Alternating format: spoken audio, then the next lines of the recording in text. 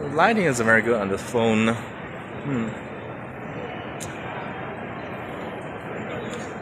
Urumqi Airport, on my way again.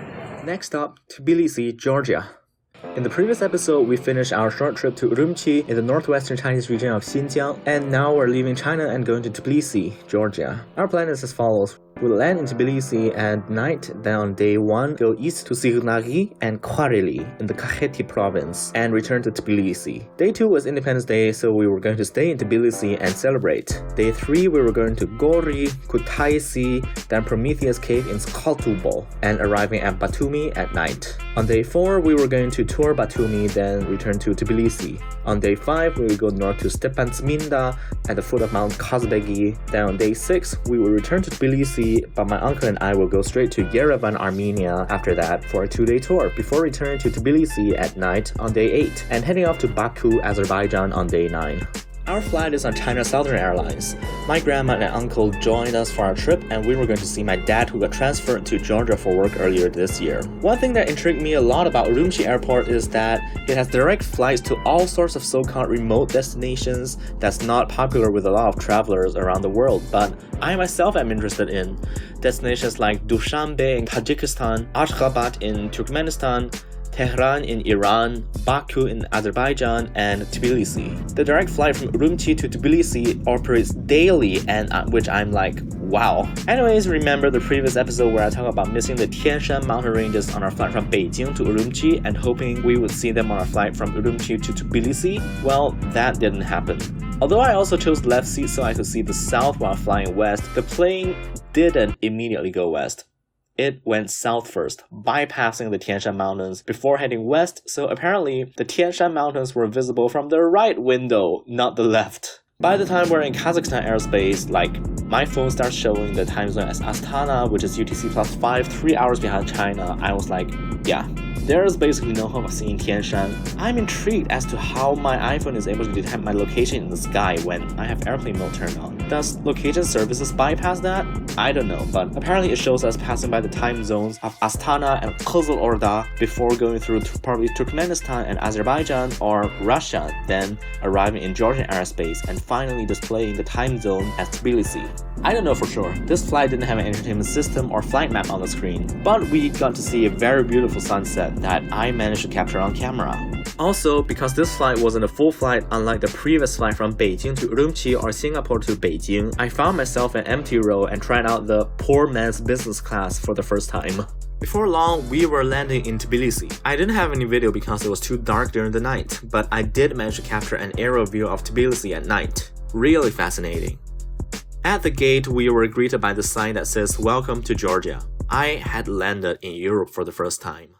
Now there's some debate on the boundary between Europe and Asia. Back during the Soviet times, the entire Caucasus region, both the 3 Caucasian Soviet republics and the Russian North Caucasus were considered Asia. But that is already outdated, and in recent times the definition has changed and follows the Greater Caucasus mountain ranges, which puts most of Georgia and Azerbaijan as well as the entire of Armenia in Asia. With a few parts in Europe, some say the boundary cuts through half of Georgia and Azerbaijan, making both their capitals, Tbilisi and Baku, split between both continents. While there's one final destination that just uses the political borders of the 3 Caucasian countries as the boundary: North Europe, South Asia. For the sake of this entire vlog series, I'm going to refer to Georgia, Armenia, and Azerbaijan as European countries, which the majority of the residents in all 3 countries agree with. We stepped off the plane and went through a customs checkpoint, and I got my first ever stamp in my passport from a European country.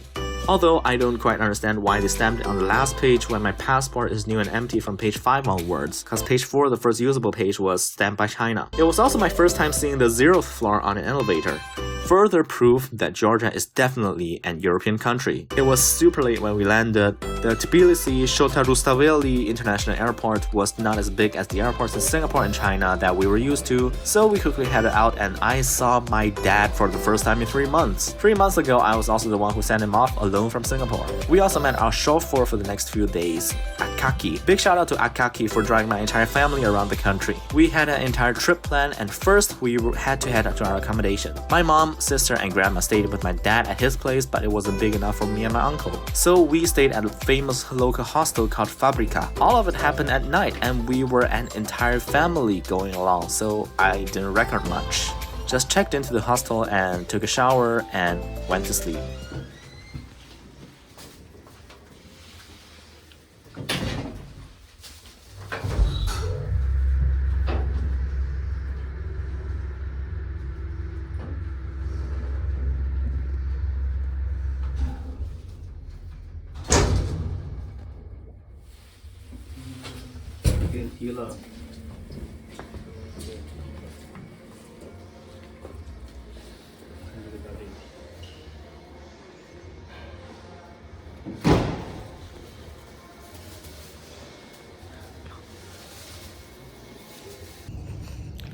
Hello guys, I'm in Tbilisi, Georgia, Sakartvelo, and this is the hostel I'm staying at. It's called Fabrica. It literally means factory because it used to be a sewing factory in the Soviet times. And today we're actually not going to be exploring Tbilisi, but we're going to Signagi, a city outside Tbilisi to the east. Gonna wash up first. So first, Akaki picked me and my uncle up and drove us to my dad's place first through the city. Tbilisi is the capital city of Georgia and is pretty mountainous. The city was built on the banks of the Kura River. Meanwhile, in Georgian, it's called Kwari. Kwari. Yeah, the T and K are really not the same as the English or Chinese T and K. They're T and K. Kwari. Ouch, my throat. So after picking up the rest of my family, Akaki drove us by the S5 Kakheti highway to Signagi. I really love the landscape. It's so vast and diverse in countries like Georgia. There's grassy plains, hills and mountains. I hadn't had a road trip like this in such a long time. Our first stop was the Bodbe Monastery of St. Nino, just 2 kilometers outside the city of Signagi. It was a church complex located on a cliff, and the scenery was just wow, amazing! Breathtaking. Georgia is one of the first 2 countries in the world to officially adopt Christianity on the national level, right after Armenia. These 2 countries are super proud of their lots of Christian sites like churches, monasteries, and cathedrals, and the people even put up crosses on empty mountaintops and hills where no one lives. These are some very devout followers. Next, it was time to head inside the town of Signagi, known for being the town of love.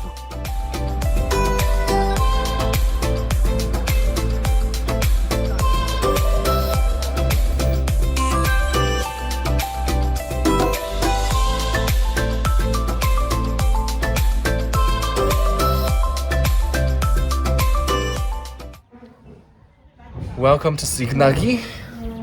That's where I am right now. The city behind me. Far at the back, Azerbaijan. This side, Russia. Around there. Pretty high up. It's all in the mountains, inside the clouds. We had lunch at a local restaurant. The atmosphere was amazing, and the food as well, and even more so the scenery. We had some khachapuri and chicken and other stuff that I forgot to take pictures of, because the restaurant scenery is simply amazing. We were looking at the vast plains of the Greater Caucasus mountain ranges. It was almost summer in the northern hemisphere, but we could see the snow-capped Caucasus in the distance as the clouds cleared. I love it so high up here. The atmosphere is lovely. Sakartvelo. The mountains.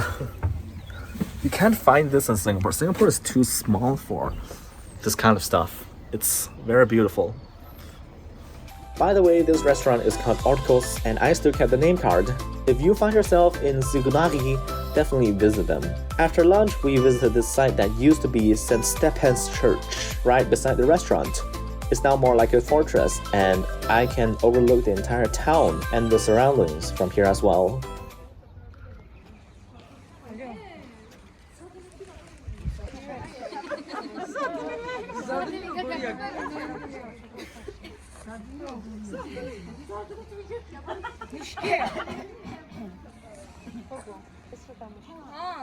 After leaving Signagi, we headed to Kvareli, which is the home to the winery Hareba. Signagi and Kvareli are situated in the Kakheti region in eastern Georgia, which is the birthplace of wine. We were greeted at the entrance by a group of singers playing traditional Georgian instruments and singing a folk song.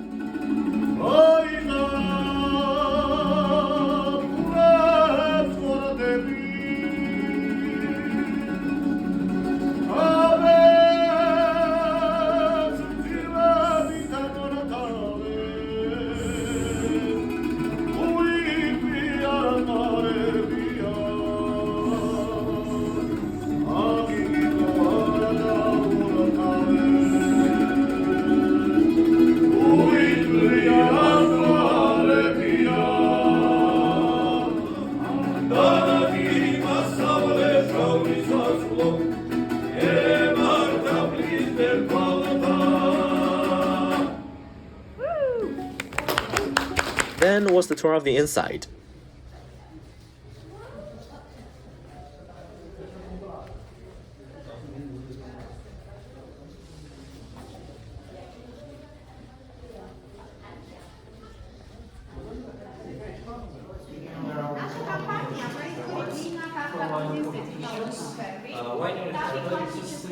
По себе такие моменты, как содержание, там нотки, без шуток говорю, описание нет, савиньона.